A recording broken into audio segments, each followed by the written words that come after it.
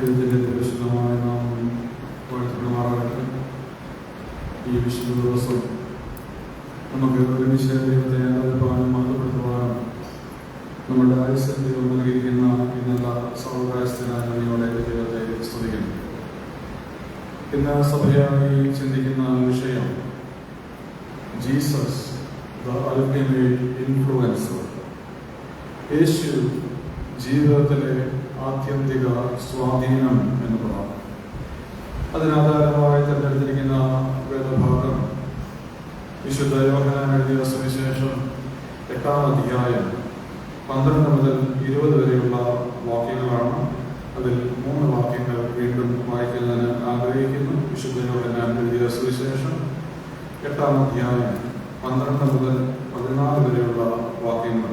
The Gospel according to St. John chapter 8 verses 12-14. യേശു പിന്നെയും അവരോട് സംസാരിച്ചു, ഞാൻ ലോകത്തിൻ്റെ വെളിച്ചം ആകുന്നു. എന്നെ അനുഗമിക്കുന്നവനും ഇരുളിൽ നടക്കാതെ ജീവന്റെ വെളിച്ചമുള്ളവൻ ആകും എന്ന് പറഞ്ഞു. പരീശന്മാർ അവനോട്, നീ നിന്നെക്കുറിച്ച് തന്നെ സാക്ഷ്യം പറയുന്നു, നിന്റെ സാക്ഷ്യം സത്യമല്ല എന്ന് പറഞ്ഞു. യേശു അവരോട് ഉത്തരം പറയാതെ, ഞാൻ എന്നെക്കുറിച്ച് തന്നെ സാക്ഷ്യം പറഞ്ഞവനും എൻ്റെ സാക്ഷ്യം സത്യം ആകുന്നു. ഞാൻ എവിടെ നിന്ന് വന്നുവെന്നും എവിടേക്ക് പോകുന്നുവെന്നും ഞാൻ അറിയുന്നു. നിങ്ങളോ ഞാൻ എവിടെ നിന്ന് വന്നു എന്നും എവിടേക്ക് പോകുന്നു എന്നും അറിയുന്നില്ല. പ്രാർത്ഥന. നിങ്ങളെ സ്നേഹിക്കുന്ന നിങ്ങളുടെ ദൈവമേ, സത്യസ്ഥപിതാവേ, ഈ അനുഗ്രഹിക്കപ്പെട്ട പ്രഭാതത്തിന് നിങ്ങളെ നാമത്തെ സ്തുതിക്കുന്നു. ഞങ്ങൾക്ക് ഒരുമിച്ച് ആരാധിപ്പാൻ മഹത്വപ്പെടുത്തുവാൻ ഞങ്ങളുടെ ആയുസ്സിലൂടെ നൽകിയിരിക്കുന്ന ഈ നല്ല സാവകാശത്തിനായി നിങ്ങളെ സ്തോത്രം. യേശുവാകുന്നു ഞങ്ങളുടെ ജീവിതത്തിൻ്റെ ആത്യന്തിക സ്വാധീനമാകേണ്ട വ്യക്തി എന്നുള്ള ബോധ്യവും വിശ്വാസവും ഞങ്ങൾക്ക് ഓരോരുത്തർക്കും നൽകി തരികയും അപ്രകാരം ഞങ്ങളുടെ ഓരോരുത്തരുടെയും ജീവിതങ്ങളെ ക്രമീകരിപ്പാൻ തക്കവണ്ണം ഞങ്ങളെ സഹായിക്കുകയും ചെയ്യണമെന്ന് പ്രാർത്ഥിക്കുന്നു. ഞങ്ങൾ അല്പസമയം എൻ്റെ മുൻപായിരിക്കുന്നത് ഞങ്ങൾക്ക് ഏറെ അനുഗ്രഹമായി തീരുമാനപ്പെടാൻ കർത്താവെ സഹായിക്കണം. പുറത്തെ കൃപയാണ് എല്ലാവരും മറക്കണം, മഹത്വത്തോടെ നേടിക്കണം. യേശു മിശിഹായുടെ നാമത്തിൽ അപേക്ഷിക്കുന്നത് ദൈവയോടെ കേൾക്കണമേ. നമ്മുടെ പുതിയ അധ്യയന വർഷമൊക്കെ ആരംഭിച്ചിരിക്കുന്ന സമയമാണെന്ന് പറയുന്നത്. പ്രത്യേകിച്ച് കുഞ്ഞുങ്ങളെ സ്വാധീനിക്കുന്ന അനേകം ഘടകങ്ങളുണ്ട്. സ്വാധീനങ്ങൾ എപ്പോഴും നല്ലതാകണമെന്നില്ല. നല്ല സ്വാധീനങ്ങളും മോശമായ സ്വാധീനങ്ങളും നമ്മുടെ ഓരോരുത്തരുടെയും ജീവിതത്തിൽ, പ്രത്യേകിച്ച് നമ്മളുടെ ഇളം തലമുറയുടെ ജീവിതത്തിലുമൊക്കെ വരാനുള്ള സാധ്യതയുണ്ട്. അത് ഒരു പക്ഷെങ്കിൽ അവരുടെ സീനിയേഴ്സ് ആയിട്ടുള്ള ചേട്ടന്മാരുടെയും ചേച്ചിമാരുടെയും ഒക്കെ ഇൻഫ്ലുവൻസ് ആയിരിക്കാം. സമൂഹത്തിലുള്ള മറ്റ് ഘടനകൾ മൂലമുള്ള സ്വാധീനങ്ങൾ ആകാം. മാധ്യമങ്ങളുടെ സ്വാധീനം ആകാം. അപ്രകാരമുള്ള സ്വാധീനങ്ങൾ വളരെയേറെയുള്ള ഒരു ലോകത്തിലാണ് നമ്മൾ ജീവിക്കുന്നത്. പ്രത്യേകിച്ച് ഇന്നത്തെ ഒരു കാലഘട്ടത്തെ കുറിച്ച് പറയുമ്പോൾ ലഹരി പദാർത്ഥങ്ങളുടെ ഉപയോഗം ധാരാളമായുള്ള ഒരു കാലഘട്ടമാണ്. അങ്ങനെയുള്ള സ്വാധീനങ്ങൾ പലപ്പോഴും നേരിടേണ്ടതായിട്ട് വരാറുണ്ടല്ലോ. അതുകൊണ്ടാണ് സർക്കാർ തലത്തിൽ തന്നെ ഓപ്പറേഷൻ തൂഫാൻ എന്ന പേരിലും ഓപ്പറേഷൻ തന്തർ എന്ന പേരിലുമൊക്കെ ലഹരി വ്യാപാരത്തിനെതിരെ, ലഹരി ഉപയോഗത്തിനെതിരെയുള്ള പ്രചാരണങ്ങളും കർമ്മ പദ്ധതികളും ഒക്കെ ആവിഷ്കരിച്ചിരിക്കുന്നത്. അതുകൊണ്ട് സ്വാധീനങ്ങൾ എപ്പോഴും നല്ലതാകണമെന്ന് നിർബന്ധമില്ല. തെറ്റായ സ്വാധീനങ്ങൾ വളരെയേറെയുള്ള ഒരു ലോകത്തിൽ നിന്നുകൊണ്ടാണ് Jesus Christ the ultimate influencer, യേശു കർത്താവ്, നമ്മളുടെ ആത്യന്തിക സ്വാധീനം എന്നുള്ള വിഷയത്തെ കുറിച്ച് നാം ചിന്തിക്കണം. 3 ചെറിയ ചിന്തകൾ ഈ ഭാഗത്ത് നിന്ന് ചിന്തിച്ച് നമ്മുടെ ധ്യാനം അവസാനിപ്പിക്കണം എന്ന് ആഗ്രഹിക്കുന്നു. ഒന്നാമതായി, Jesus influences through his presence തന്റെ സാന്നിധ്യത്തിലൂടെ സ്വാധീനിക്കുന്ന യേശു, Jesus influences through his presence. ഇവിടെ ഈ ഭാഗം നമ്മൾ വായിച്ചു തുടങ്ങുമ്പോൾ യേശു കർത്താവ് പറയുകയാണ്, ഞാൻ ലോകത്തിന്റെ വെളിച്ചം ആകുന്നു. I am the light of the world. ഞാൻ ലോകത്തിന്റെ വെളിച്ചം ആകുന്നു. ഇവിടെ യേശു കർത്താവിന്റെ സാന്നിധ്യം സാഹചര്യങ്ങളെ രൂപാന്തരപ്പെടുത്തുന്ന സാന്നിധ്യമാണ് എന്ന് നമുക്കറിയാം. കൺഫ്യൂഷൻ നിറഞ്ഞിരിക്കുന്നതായ ചുറ്റുപാടിൽ ഒരു ക്ലാരിറ്റി നൽകുവാനായിട്ട് യേശു കർത്താവിന്റെ സാന്നിധ്യം മൂലം സാധ്യമാകുന്നുണ്ട്. വളരെ നിരാശയിലായിരിക്കുന്ന ജനത്തെ സംബന്ധിച്ച് ഒരു പ്രത്യാശയിലാകുന്ന അനുഭവം യേശു കർത്താവിന്റെ സാന്നിധ്യത്താൽ സാധ്യമാകുന്നുണ്ട്. പാപമംഗലമായ അനുഭവത്തിൽ നിന്ന് വിശുദ്ധിയുടെ പടവുകൾ ചവിട്ടുവാനായിട്ട് യേശുവിന്റെ സ്വാധീനം സാധ്യമാകുന്നുണ്ട്. അതുകൊണ്ട് വെളിച്ചം അതിന്റെ ഒരു സ്വാഭാവിക ഒരു പ്രതികരണം എന്ന് തന്നെ പറയുന്നത് തന്നെ പ്രകാശിക്കുക എന്നുള്ളതാണ്. അതുകൊണ്ട് ഇരുട്ടിനെ അകറ്റുന്നതിന് പ്രകാശത്തിന് അധ്വാനിക്കേണ്ടതായ കാര്യമൊന്നുമില്ല, സ്ട്രഗിൾ ചെയ്യേണ്ടതായ കാര്യമില്ല. എവിടെ വെളിച്ചമുണ്ടോ അവിടെ ഇരുട്ട് സ്വാഭാവികമായി തന്നെ മാറിപ്പോകും. അതുകൊണ്ട് എത്ര വലിയ ഇരുട്ടാണെങ്കിലും അവിടെ ഒരു വിളക്ക് കത്തിച്ചു വെക്കുകയാണെങ്കിൽ അവിടെ ഇരുള് മാറിപ്പോകുന്നതായ അനുഭവം ഉണ്ടാകും. അതുപോലെ തന്നെയാണ് യേശു കർത്താവിന്റെ സ്വാധീനം എന്ന് പറയുന്നത്. യേശു കർത്താവിന്റെ സാന്നിധ്യം എവിടെയുണ്ടോ അവിടെ ഇരുള് മാറിപ്പോകുന്നതായ അനുഭവങ്ങൾ ഉണ്ടാകുന്നത്. അതുകൊണ്ടാണ് യേശു പറഞ്ഞ, ഞാൻ ലോകത്തിന്റെ വെളിച്ചമാകുന്നു. ഇരുളേറിയ ജീവിത വഴികളിൽ നമുക്ക് വെളിച്ചമായി, നമ്മളെ വഴികാട്ടിയായി കർത്താവ് കൂടെ ഉണ്ട് എന്നുള്ള വലിയ ബോധ്യം നമുക്കുണ്ടാകും. അതുകൊണ്ട് ഈ വെളിച്ചത്തിന്റെ സാന്നിധ്യം നമ്മളുടെ ജീവിതത്തിൽ ഉണ്ടാകുമ്പോൾ ഇരുള് സ്വാഭാവികമായി മാറിപ്പോകുന്നത് നാം കാണുന്നുണ്ട്. സ്കൂൾ ബസ്സാരണം ഒക്കെ ആയല്ലോ, പുതിയ ക്ലാസ്സുകളിലേക്കൊക്കെ കുഞ്ഞുങ്ങളൊക്കെ പ്രവേശിച്ചല്ലോ. നമ്മൾ പറയാമല്ലോ, അധ്യാപകൻ എന്നതിന് ഗുരു എന്നുള്ള വാക്ക് നമ്മൾ ഉപയോഗിക്കാറുണ്ട്. ഗുരു എന്ന വാക്കിന്റെ അർത്ഥം തന്നെ the one who dispels darkness എന്നുള്ളതാണ്. ഇരുളിനെ അകറ്റിക്കളയുന്നവനാണ് ഗുരു. ജീവിതത്തിന്റെ അജ്ഞത എന്ന അന്ധകാരത്തെ നീക്കിക്കളഞ്ഞ് അറിവിന്റെ വെളിച്ചം പകരുന്ന വ്യക്തിയാണ് ഗുരു. അതുകൊണ്ട് വിദ്യാഭ്യാസം നേടുന്ന കുഞ്ഞുങ്ങളെ സംബന്ധിച്ച് അവരുടെ ജീവിതത്തിലും പറയുവാൻ സാധ്യമായി തീരണം, എന്റെ ജീവിതത്തിലെ അന്ധകാരത്തെ നീക്കിക്കളയുവാനായിട്ട് സാധ്യമായി തീർന്നു എന്ന് വിദ്യാഭ്യാസത്തിലൂടെ പറയുന്നിടത്താണ് വിദ്യാഭ്യാസം അർത്ഥവത്തായി തീർന്നത്.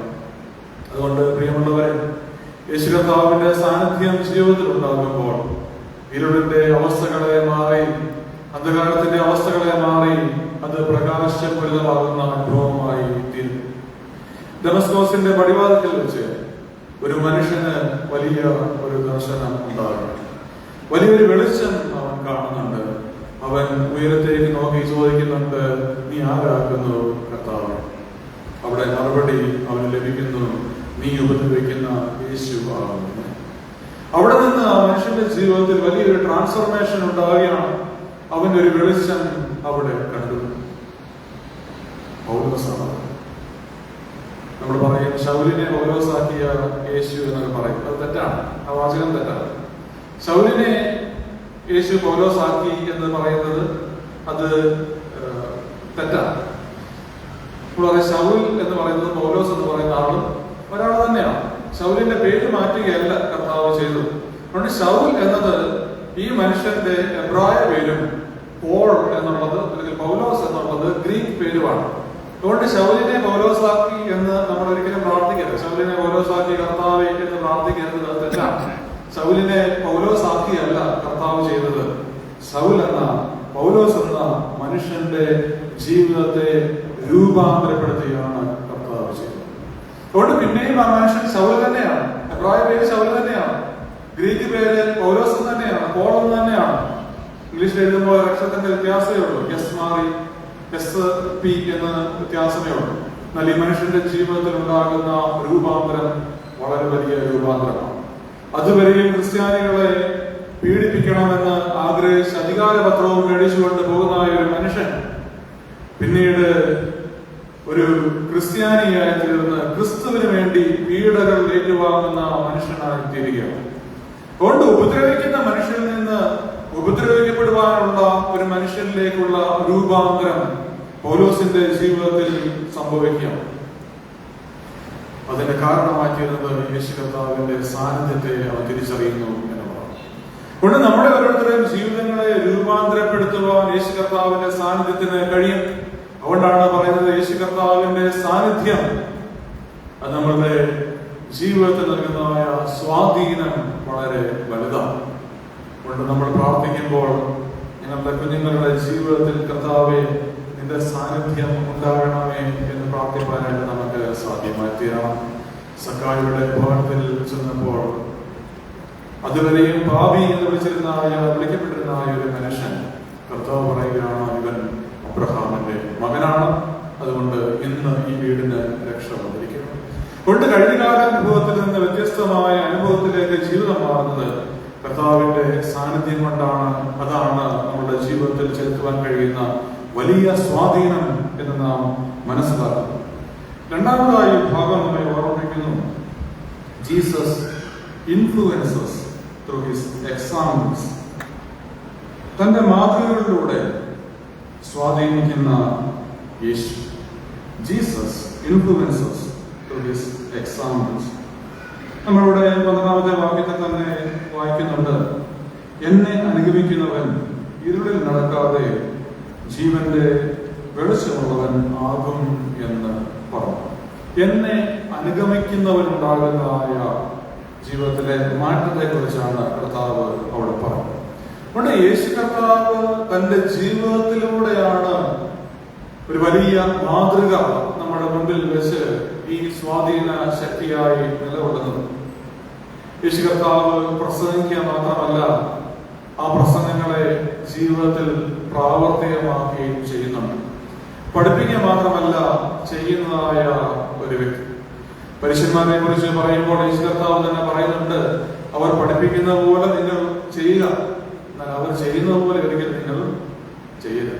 അവർ പഠിപ്പിക്കുന്ന നല്ല കാര്യങ്ങളാണ്, എന്നാൽ അവരുടെ ജീവിതത്തിൽ അത് അവര് പ്രാവർത്തികമാക്കിയ ഒരു വ്യക്തിയാണ് നമ്മുടെ യേശു കർത്താവിൽ കാണുന്നത്. അതുകൊണ്ടാണ് പത്രോസ് പറയുന്നുണ്ട്, അവനൊരു മാതൃക വെച്ചിരിക്കുന്നു. അതുകൊണ്ട് കർത്താവ് തന്റെ ജീവിതത്തിലൂടെ നമ്മെ സ്വാധീനിക്കുകയാണ്. അപ്രകാരം സ്വാധീനം ലഭിച്ചതായ ഒരു വ്യക്തിയായിരുന്നു മഹാത്മാ ഗാന്ധി. അദ്ദേഹം പറയുന്നു, എന്റെ ജീവിതമാണ് എന്റെ സന്ദേശം. My life is my message. എന്റെ ജീവിതം തന്നെയാണ് എന്റെ സന്ദേശം എന്ന് മഹാത്മാഗാന്ധി പറയുന്നു. അതുകൊണ്ട് ജീവിതത്തിൽ പ്രാവർത്തികമാക്കേണ്ടതായ ചില വസ്തുതകൾ, അതിലുള്ള സ്വാധീനം നമുക്ക് ലഭിക്കുന്നത് യേശു കർത്താവിന്റെ മാതൃകയിലൂടെ തന്നെയാണ്. അപ്പോൾ നമ്മൾ ചെയ്യേണ്ടതായ കാര്യങ്ങളുണ്ട്. ചെയ്യേണ്ടതായ കാര്യങ്ങളുടെ സ്വാധീനം നമുക്ക് ലഭിക്കുന്നത് യേശു കർത്താവ് ചെയ്തതിലൂടെയാണ്. ഗിരിപ്രഭാഷണം യേശു കർത്താവിന്റെ നീണ്ട പ്രസംഗമായിട്ടാണ് മത്തായി അത് രേഖപ്പെടുത്തുന്നത്. അതിലൊടുവിൽ പറയുന്നുണ്ട്, എന്റെ ഈ വചനങ്ങളെ കേട്ട് ചെയ്യുന്നവനൊക്കെ പാറമേൽ അടിസ്ഥാനം വിട്ട് വീട് പണിത ബുദ്ധിയുള്ള മനുഷ്യനോട് തുല്യനാകുന്നു. വന്മഴ ചൊരിഞ്ഞു, നദികൾ പൊങ്ങി, കാറ്റടിച്ചു. ഇപ്പോൾ എത്ര പ്രതിസന്ധികൾ ഉണ്ടായാലും അത് തളർന്നു പോകാതെ ഇരിക്കേണ്ടതിന് കാരണമാറ്റിയിരുന്നത് യേശു കർത്താവിന്റെ വചനത്തെ അനുസരിച്ചു എന്നുള്ളതാണ്. മണലിന്മേൽ വീട് പണിത മനുഷ്യനോട് തുല്യനായിത്തീരുന്നത് വചനങ്ങളെ കേട്ട് അനുസരിക്കാത്തതായ വ്യക്തിയുമാണ്. കർത്താവ് വീണ്ടും ആവർത്തിക്കുന്നുണ്ട്, എന്നോട് കർത്താവേ കർത്താവേ എന്ന് പറയുന്ന ഏവരുമല്ല, സ്വർഗസ്ഥനായ എന്റെ പിതാവിന്റെ ഇഷ്ടം ചെയ്യുന്നവനത്രേ സ്വർഗരാജ്യത്തിൽ പ്രവേശിക്കുന്നത്. അതുകൊണ്ട് പറയുന്നതിനപ്പുറമായി ജീവിതത്തിൽ അതിന്റെ ഒരു പ്രായോഗികത വന്നെങ്കിൽ മാത്രമേ അതിന് അർത്ഥമുള്ളല്ലോ. ആ പ്രായോഗികത ജീവിതത്തിൽ കൊണ്ടുവന്ന വ്യക്തിയാണ് കർത്താവ്. അതുകൊണ്ട് കർത്താവ് തന്റെ ജീവിതത്തിലൂടെ നമ്മെ സ്വാധീനിക്കുന്നുണ്ട്. കർത്താവിലേക്ക് നോക്കുന്ന ഏതൊരു മനുഷ്യനും അപ്രകാരമുള്ള ഒരു ഇൻഫ്ലുവൻസ് അവന്റെ ജീവിതത്തിൽ ഉണ്ടാവുകയാണ്. അതുകൊണ്ട് പ്രവർത്തനത്തിൽ ഇത് കൊണ്ടുവരുവാൻ സാധിക്കുന്നില്ലെങ്കിൽ അത് അർത്ഥശൂന്യമായി തീരുകയാണല്ലോ. ഇപ്പോഴാണ് യാക്കോബ് പറയുന്നത്, ആത്മാവില്ലാത്ത ശരീരം നിർജീവമായിരിക്കുന്ന പോലെ പ്രവൃത്തിയില്ലാത്ത വിശ്വാസവും നിർജീവമാകുന്നു എന്ന് പറയുന്നത് കൊണ്ടാണ്. അതുകൊണ്ട് ഒരു എക്സാമ്പിൾ യേശു കർത്താവ് കാണിച്ചു തരുന്ന തന്റെ ജീവിതം തന്നെയാണ് തന്റെ സന്ദേശമായി നമ്മുടെ മുൻപാകെയുള്ളത്.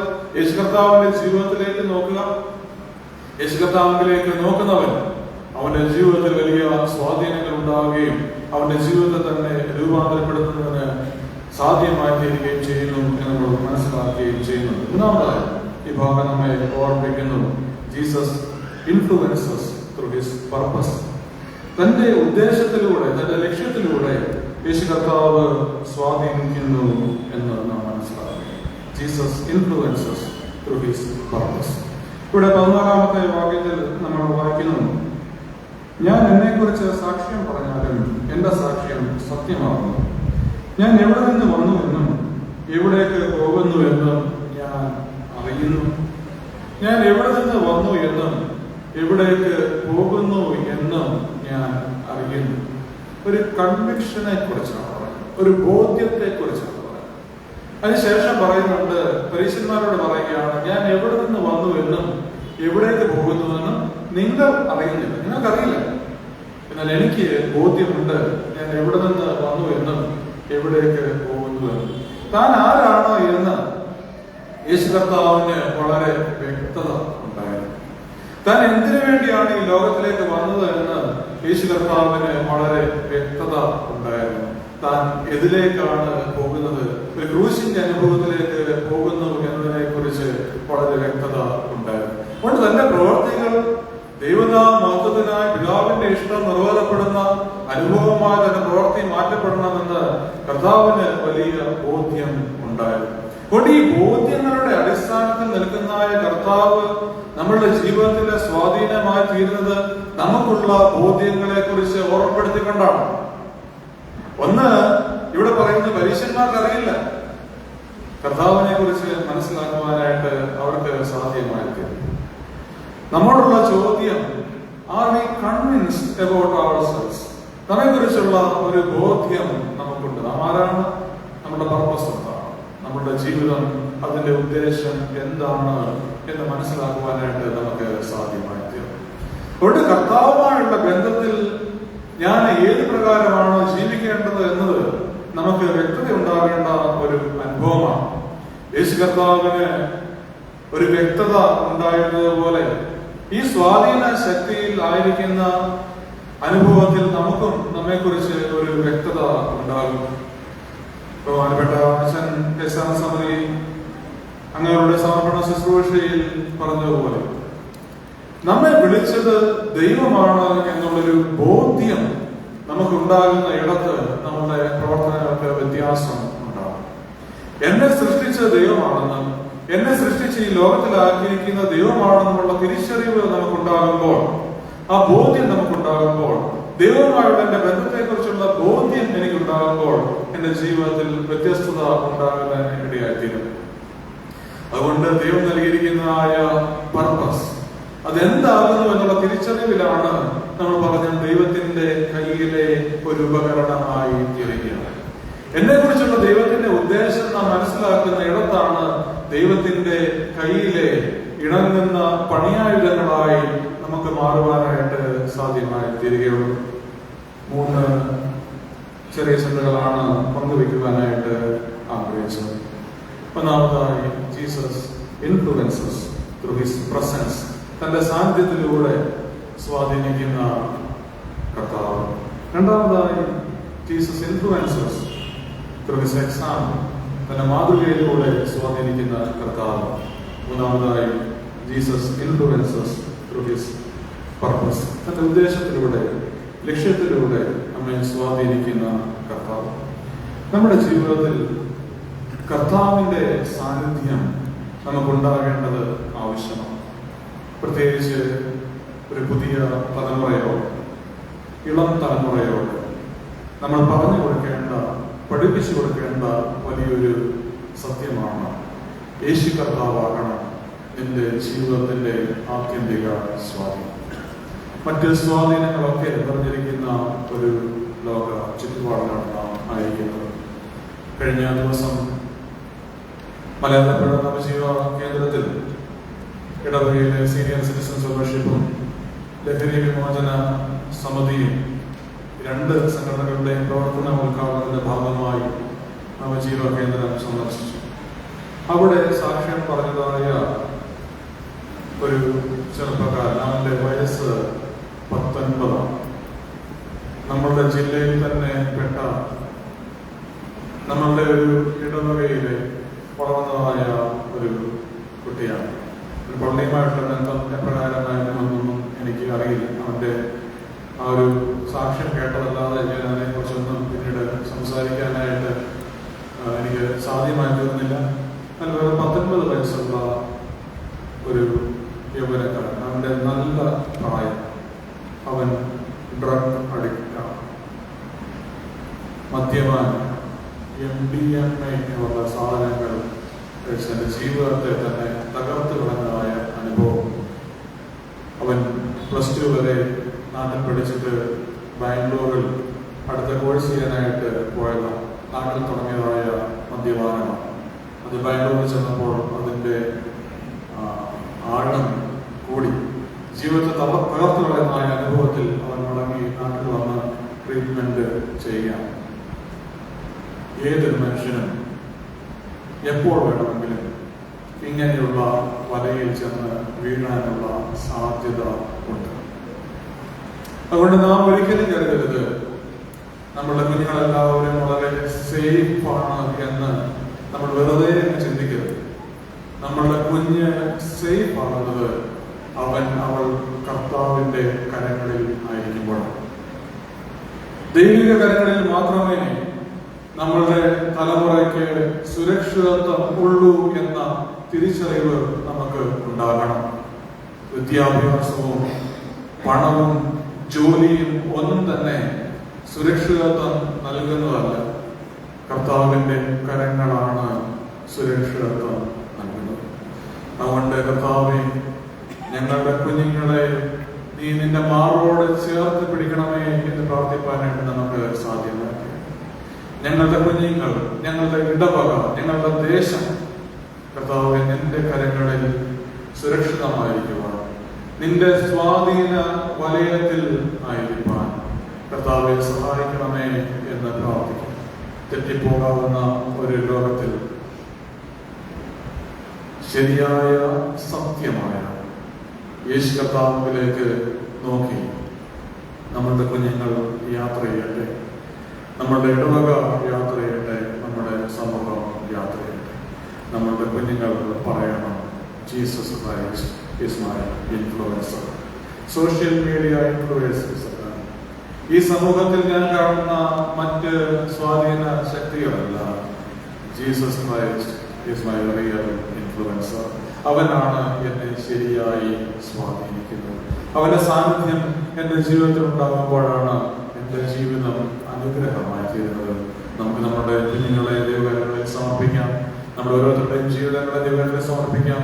നമ്മുടെ ഇടവകയും ദൈവകരങ്ങളിൽ സമർപ്പിക്കാം. നമ്മുടെ സമൂഹത്തെ ദൈവകരങ്ങളെ സമർപ്പിക്കാതെ മറ്റ് സ്വാധീന ശക്തികൾ അകപ്പെട്ടു പോകാതെ ദൈവിക ശക്തിയിൽ നിലകൊള്ളുവാൻ, ദൈവിക സാന്നിധ്യ ബോധ്യത്തിൽ ജീവിപ്പാൻ, കർത്താവിന്റെ കരങ്ങളിൽ സുരക്ഷിതരായി തീരുവാൻ കർത്താവ് ഞങ്ങളുടെ പുതുതലമുറയും ഞങ്ങളുടെ ഓരോരുത്തരെയും അവിടുന്ന് സഹായിക്കണമേ എന്ന് പ്രാർത്ഥിക്കാം. അതിന് പിതാവ് പുത്രനുമായ ദൈവം നമ്മെ ഓരോരുത്തരെയും സഹായിക്കുകയും ബലപ്പെടുത്തുകയും ശക്തീകരിക്കുകയും ചെയ്യുമാറാകട്ടെ.